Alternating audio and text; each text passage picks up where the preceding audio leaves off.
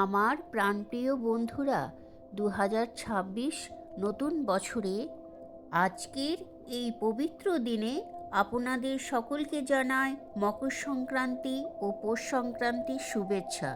2026-এ মকর সংক্রান্তি ও পৌষ সংক্রান্তি কবে পড়েছে সেটা আমরা এই ভিডিওর মাধ্যমে জেনে নেব। নমস্কার বন্ধুরা, পূজাপাঠ চ্যানেল থেকে সকলকে জানাই স্বাগত। আমি তন্দ্রানী। বাংলা 29শে পৌষ 1432 সাল, ইংরাজি 2026 14ই জানুয়ারি বুধবার। এবার আসি মকর সংক্রান্তি কি। মকর সংক্রান্তি হলো সেই বিশেষ দিন যেই দিন সূর্য দেবতা মকর রাশিতে প্রবেশ করে। এই দিন থেকেই সূর্যের উত্তরায়ণ শুরু হয়, অর্থাৎ দিন বড় হতে থাকে, আলো বাড়ে, অন্ধকার কমে। হিন্দু শাস্ত্র ও লোকবিশ্বাস অনুযায়ী এই দিন স্নান করলে পাপ নাশ করে, স্বাস্থ্য ও আয়ু বৃদ্ধি করে, পুনর্জন্মের কর্মদোষ হ্রাস করে, মনে নতুন ইতিবাচক শক্তি সঞ্চার হয়।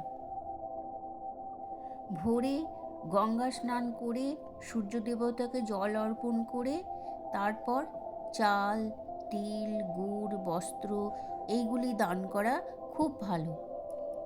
আর পৌষ সংক্রান্তি হচ্ছে এই সময় নতুন ধান ঘরে ওঠে, প্রকৃতি ভরে ওঠে সমৃদ্ধিতে।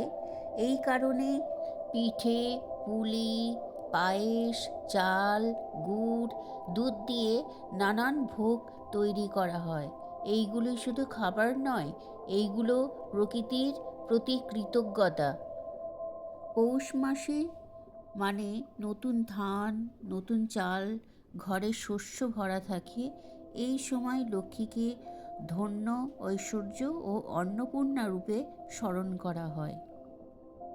আর এই সময় ঘরে পিঠে, পুলি, পায়েস সব কিছু দিয়ে মা লক্ষ্মীকে ভোগ নিবেদন করা হয়।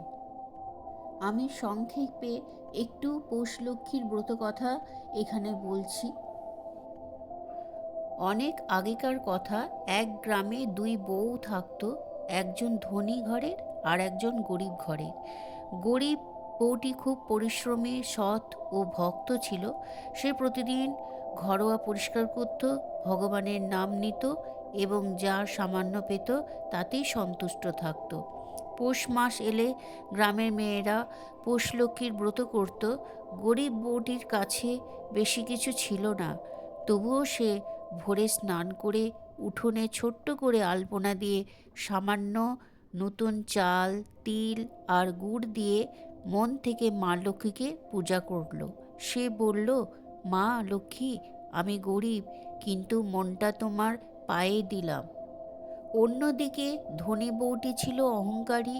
তার ঘরে সব কিছু থাকা সত্ত্বেও সে পরিষ্কার পরিচ্ছন্নতা রাখত না, ব্রতকে গুরুত্ব দিত না। সে ভাবত, আমার তো সবই আছে, লক্ষ্মীর দরকার কি। সেই দিন রাত্রে দেবী লক্ষ্মী ছদ্মবেশে গ্রামে এলেন। তিনি প্রথমে গরিব বউটির ঘরে ঢুকলেন। ঘর পরিষ্কার, শান্ত, ভক্তি ভরা।